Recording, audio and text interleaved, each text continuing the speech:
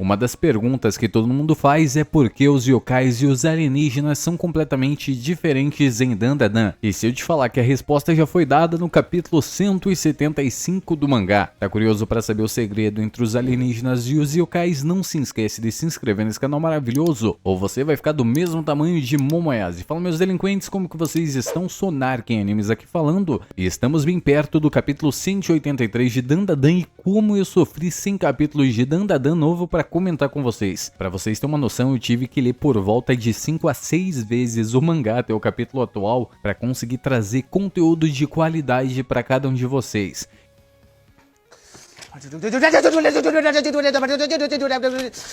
E foi fazendo essas releituras dessa obra que eu encontrei uma das informações mais importantes em Dandadan, mas como aquela época tinha capítulos semanais, a gente sempre acaba deixando algumas informações passarem.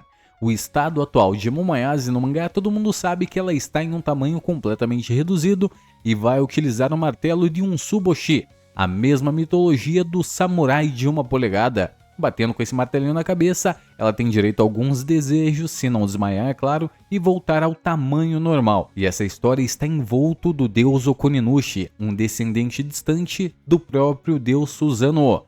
E uma das reclamações que eu sempre faço para vocês é que Dandadan nesse arco está adicionando muitos personagens, e a forma que ele encontrou para resolver essas questões sem perder a qualidade do mangá é simplesmente separar o núcleo dos personagens. E essa separação chamou muita atenção porque Okarun, Aira, Kinta Sakata, Rin e Yuki estão indo em direção à escola, já estão na escola no caso, para lutar contra Sanjomi e os demais yokais, Haze entre outros que provavelmente vão aparecer. Já Momoyase está indo em direção ao templo do deus Okuninushi com o velhinho que não é velho, Zuma, a vovó Seiko, Manjiro, o sacerdote do Templo da Serpente, e Didi, o personagem principal do arco do Mal Olhado. Se você prestar bem atenção nesse elenco montado pela Momoyase para ir até o Templo do deus Okuninushi, é muito semelhante ao mesmo elenco que foi montado para ir até a Casa Amaldiçoada, com uma única diferença, a ausência da vovó Turbo.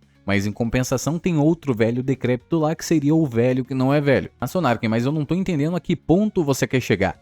Simplesmente no capítulo 175 do mangá, Momoyase estava procurando uma forma dela voltar ao normal, de ela crescer, já que ela está no tamanho exato de um gnomo. E após a conclusão da batalha contra Yuki, a personagem que controla os gnomos, ela se depara com a enfermeira da Escola Municipal do Japão, a enfermeira Joe, que acaba revelando para Momoyase que tinha um aluno que frequentava a enfermaria que reclamava constantemente que via um homenzinho pequeno. E graças a esse aluno ela decidiu procurar informações. E após muito tempo de pesquisa, ela descobriu que no folclore de uma certa região existiam pequeninos, e que na realidade esses pequeninos eram originalmente pessoas. Abre aspas para a enfermeira Joe, esses pequeninos são pessoas que foram expulsos da Terra. Eles foram pessoas socialmente vulneráveis e esquecidas pelo mundo todo. Eu lembro que quando saiu o capítulo 175 do mangá de Dandadan, levantou muitas informações extremamente importantes pra gente. Porque nesse painel que ela menciona os pequeninos, simplesmente é apresentado pra gente a Torre de Babel. E pra quem não conhece a Torre de Babel, pouco tempo após o dilúvio, dentro do livro de Gênesis da Bíblia, os humanos se uniram para construir uma gigantesca torre para poder alcançar Deus, mas na realidade eu acho que eles queriam alguns favorezinhos.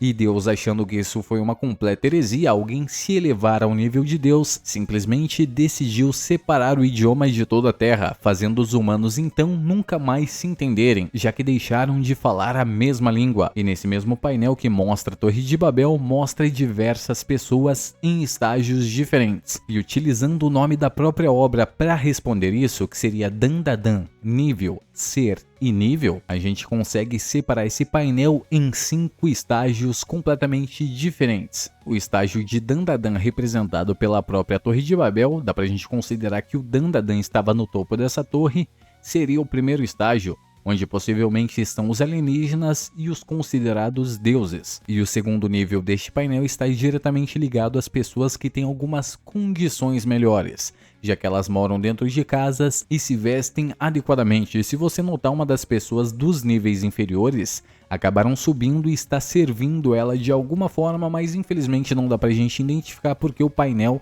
não é grande o suficiente. Já embaixo desse segundo nível a gente encontra o terceiro nível, que são pessoas que não têm roupas o suficientes, mas ainda assim possuem mantimentos.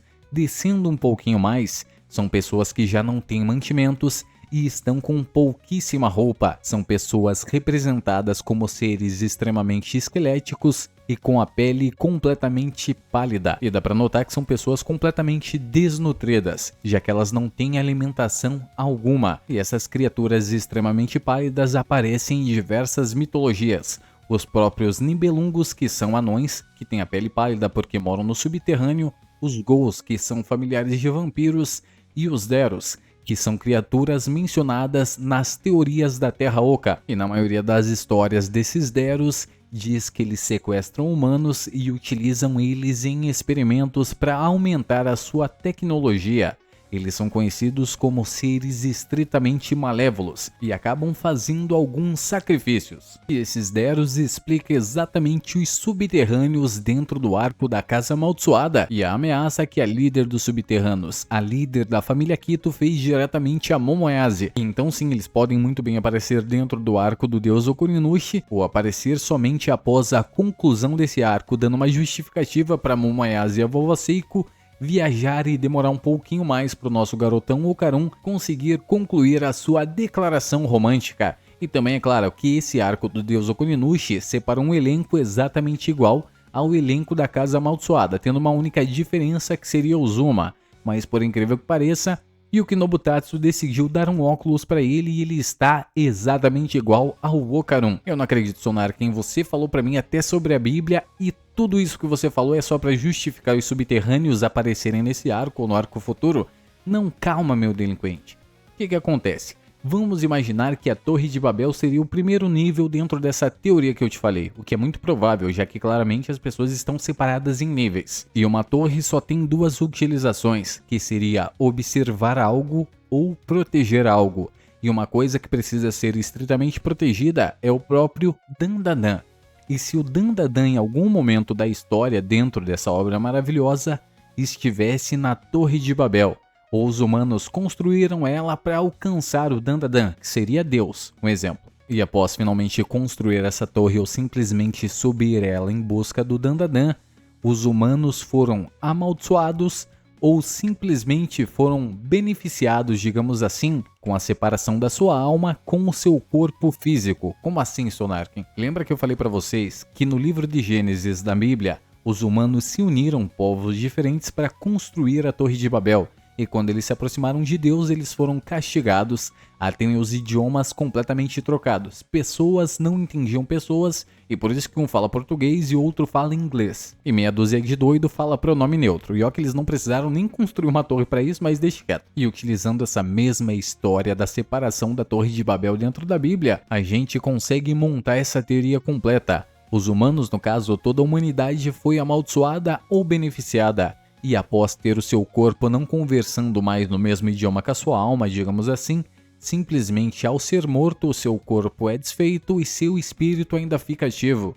E dependendo da forma que seu corpo sofreu, ele se torna um yokai ou um espírito amaldiçoado. E os alienígenas, por não terem passado por esse mesmo processo de maldição ou benefício, eles têm o seu corpo conversando naturalmente com seu espírito. E é claro que isso justificaria a longevidade dos alienígenas e porque eles conseguem utilizar alguns poderes semelhantes aos yokais. Como exemplo, a remoção dos testículos do nosso garotão Okarun e até mesmo os poderes psicocinéticos de contenção de aura, exatamente como Momoyase consegue. E então nessa teoria a gente consegue explicar exatamente o que aconteceu e por que os alienígenas não atacam o planeta Terra. Porque diferente deles, que morrem uma única vez, após a morte dos humanos eles precisam morrer mais uma vez, que seria a morte do seu espírito. E é claro que isso também se encaixa perfeitamente no ciclo de Sansara, sendo os humanos os únicos capazes de sair dentro desse ciclo de morte e reencarnação. Não tá convencido ainda, meu delinquente? Lembra que no capítulo que o Okarun está utilizando um respirador tecnológico? Nesse respirador possui alguns hieroglifos egípcios. E nesse mesmo capítulo, alguns humanos utilizavam as pirâmides, no caso dos faraós, para teleportar o seu corpo após a morte junto do seu espírito para viver o pós-vida em outro planeta. já que os alienígenas eles conseguem viver por muito tempo, têm tecnologia para reviver as pessoas e simplesmente não tem esse processo de separação entre corpo e espírito, podendo eles viver por muito tempo, mas não conseguir atingir a iluminação. No caso Dandadan, e considerando como funcionavam os faraós egípcios, eles simplesmente queriam viver no seu mesmo corpo, com as suas riquezas, porque eles não queriam passar pelo processo de morte. Não queria participar do ciclo de Sansara. Não é difícil a gente imaginar que algum alienígena deu essa informação para eles. Ou eles só iam para lá e serviam de combustível para a criação de trajes biotecnológicos. No mais é isso, muito obrigado a todos vocês que chegaram até aqui. Não se esqueça de se inscrever nesse canal maravilhoso, porque é muito importante a sua inscrição. E deixe nos comentários o que você acha que tem no 6º nível daquele painel que apareceu pra gente das pessoas embaixo da Torre de Babel. No mais é isso, e Sonar quem diz, morra Quinta Sakata.